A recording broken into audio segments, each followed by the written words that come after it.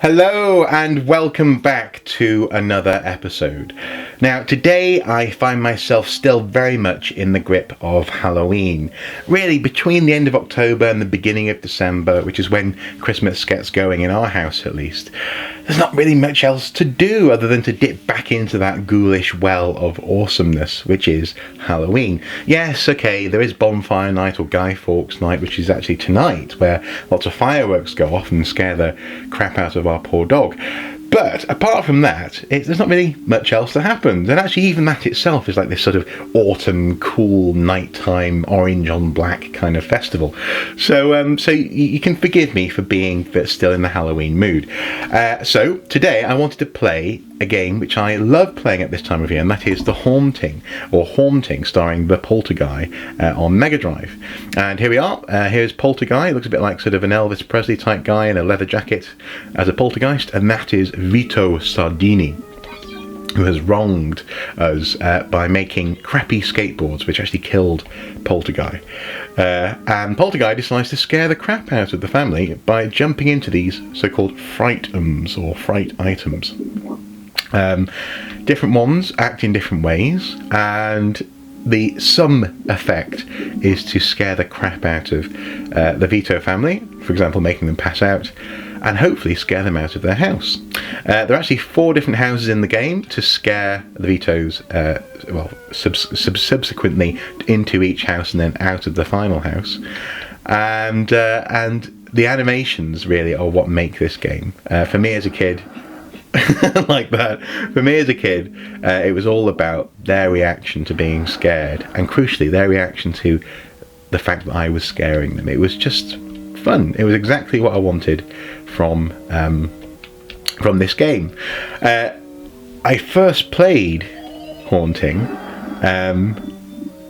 completely by chance. We actually were stopped off at a local game, well, sort of a newsagent supermarket computer game store on the way to school. We stopped off there on the way home from school one evening, around about this time of the year, I think in October, and I just saw this game on the wall. It came out in 1993, so it must have been around 1993 that I saw it. So I think it was pretty new, and it was available for rental.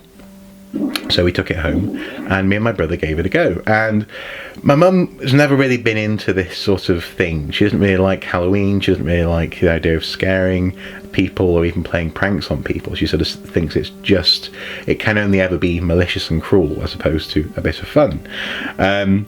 But all she could hear from us, and indeed all we were doing when we got this game, firing paint across the garage, all we were doing when we got this game was just giggling. I'm sure from downstairs all she could hear was just me and my brother cackling as we scared the poor Sardinis out of their house. So I think I might be about to scare Dad out of the house.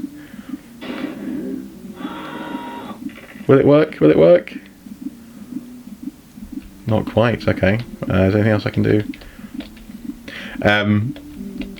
And the thing is, you can see why. I mean, 2 boys in primary school, and they're given the essentially control over this family's fate in the most grisly ways. For example, making paintings scare the crap out of Mr. Vito here. Oh, is he running? Is he running? Go on, Vito Sardini.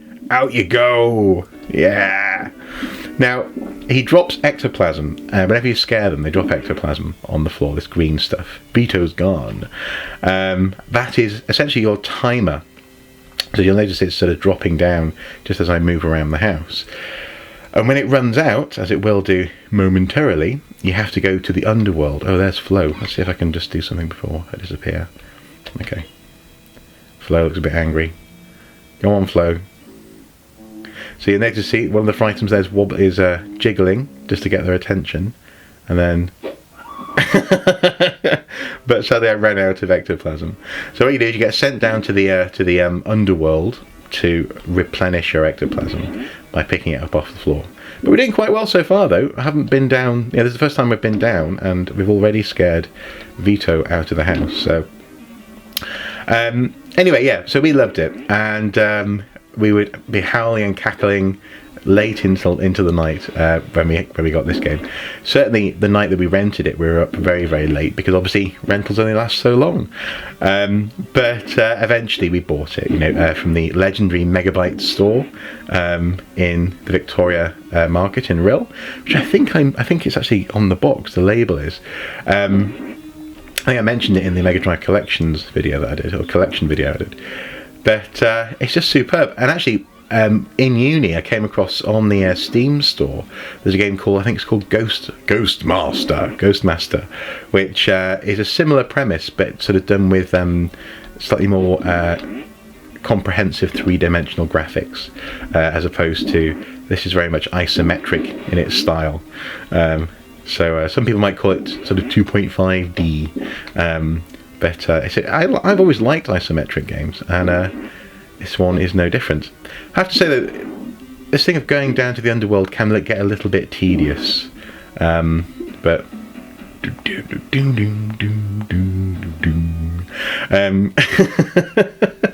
get a little bit tedious. But that's essentially that's the game in a nutshell. There you go. Scare people until your ectoplasm runs out. Try and get them out of the house. Now, some of the frightums you can control, or you activate. So just then I had to press A to jump in, then A to activate them. Others you sort of charge by making them, jumping out of them, making them jiggle, like that chair there. I'm going to do the same with this chair here. And then others you actually control. So the green ones, the green little sparks or stars. So this one has like a red life bar, which is the smoke ghost. And until that red life bar disappears, I can control this ghost around the room and hopefully scare Flo out. There you go. It worked. Pick up all the ectoplasm. They drop it where they're scared. So it's kind of like, I don't know, scare juice, fright juice. You could think of it as them doing little green poos when they're scared. I mean, that's certainly what my brother thought back in the early 90s. Oh, the mouse on the computer came alive. You get that? Yeah. Mouse, computer, clever. PC joke there. So yeah, it's visually charming, it's witty, it's got jokes which I'm only just getting as an adult, for example. Oh, here's another one that I can control. And the variety of things that you can do to scare this family only grows. You scare them from one house to the next, and there are 4 houses in total. Oh, I didn't pick up the ectoplasm. 4 houses in total. And then there's a really rather bizarre sort of boss who's based on like a nemesis character who turns up in later houses.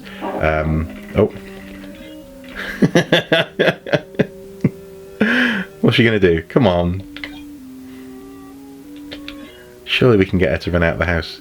Now the problem is that often the characters, they'll run just from one room back to the room where they've just been, then back to the... So you've got to be near a back door, for example, or near a door, such as this door here, and try and sort of, almost like a sheepdog, herd them out. So, yeah, yes! 2 sardinis, and I've only been down to the underworld once. I'm on fire today. There we go.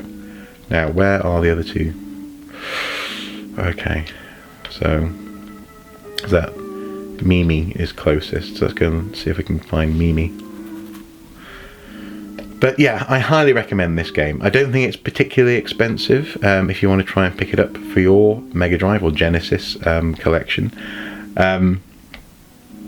And it's really good fun actually just experimenting with what the different scares do. So the fish tank there in the living room, I think a shark comes up out of it. So they're all always thematic. Oh, here's Mimi. Let's see if we can jump out of there. Jump out of there. So you can see you're sort of priming the room or loading up these frightums. So that's a skipping rope coming alive there. What can I do with the carpet? And Mimi often does that sort of falling on the floor thing. So even now I get a perverse, slightly childish glee from scaring these poor people. Oh, that's creepy. That's creepy for an adult. Never mind a kid. Is she going to leave the room? But yeah, my abiding memory is that first night when we got it, and playing, you know, that thing that you do where you sort of, all the lights are off, the bedroom door's closed, you're hoping that your parents can't hear you, or mum couldn't hear us, although obviously, clearly, blatantly she could. You know, it's one of those things where parents aren't stupid, but like the whole room was only lit up by the light of the TV screen. And it was, the thing is, it's not a game that really scares the player, because obviously you're in control of the scares. So as kids, it wasn't scary, but it was really cool and atmospheric to be playing this in the dark. Oh, a sheep coming alive. And is she going to run? Okay, where's she run to? Oh, I didn't pick up the ectoplasm. Okay, so let's get the fish tank going, shall we? Come on, fish tank. Wiggle. Wiggle your thing. Yeah, there you go. Shark. And like Kung Fu on the TV. What happens with the TV? Oh, she's not going to see the TV because she's too scared already. Okay, pick up that ectoplasm. See if we can get rid of Mimi. Doing well so far. Okay. Into the suit of armour. What happens with the suit of armour? Now, wouldn't you think that you'd stop approaching these things that are waggling to get your attention? I think I would. But of course, we're not talking about sensible human beings here. Oh. No, she's not running away yet. Okay. Get her to approach that painting. Just for good measure. Jump out of this thing here. Come on, out of the plants. Bees there chasing her.